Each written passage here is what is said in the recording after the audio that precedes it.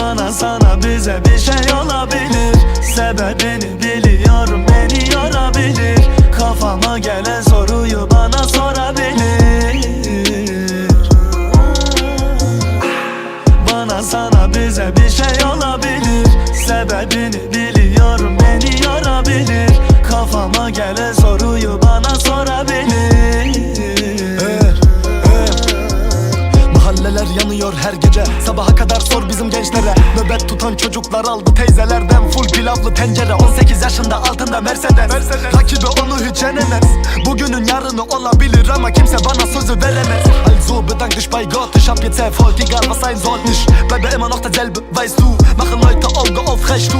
Bleibe cool und leb mein Leben. Kommt alles aus Herz und Seele. Gott seht, Digga, muss nicht reden. Scheine am Zählen, weiß im Coupé drin.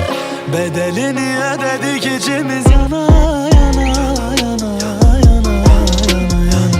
Bile bile bırakır adamı kana kana kana. Mero vurur yine damara. Bana sana bize bir şey olabilir. Sebebini biliyorum, beni yorabilir. Kafama gelen soruyu bana sorabilir. Bana sana bize bir şey olabilir. Sebebini biliyorum, beni yorabilir. Kafama gelen soruyu bana sorabilir. Şükür ederim Rabbime, silahım var bile, sıkarım kalbine. Yaz yine yeni beste, flow'da var sesle. İster Mero'da ya da Enes'te. Viele lästern, gebe ein Fick drauf. Mero ballert wieder, Baba nix on. Sagen gib auf, aber ich mach's nicht. Fick dein Swag, fick dein amerikanisch.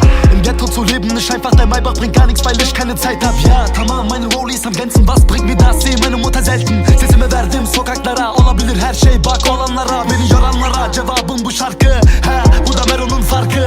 Bedelini ödedik, içimiz yana yana yana yana yana yana. Bile bile bırakır adamı kana kana kana. Mero vurur yine damara.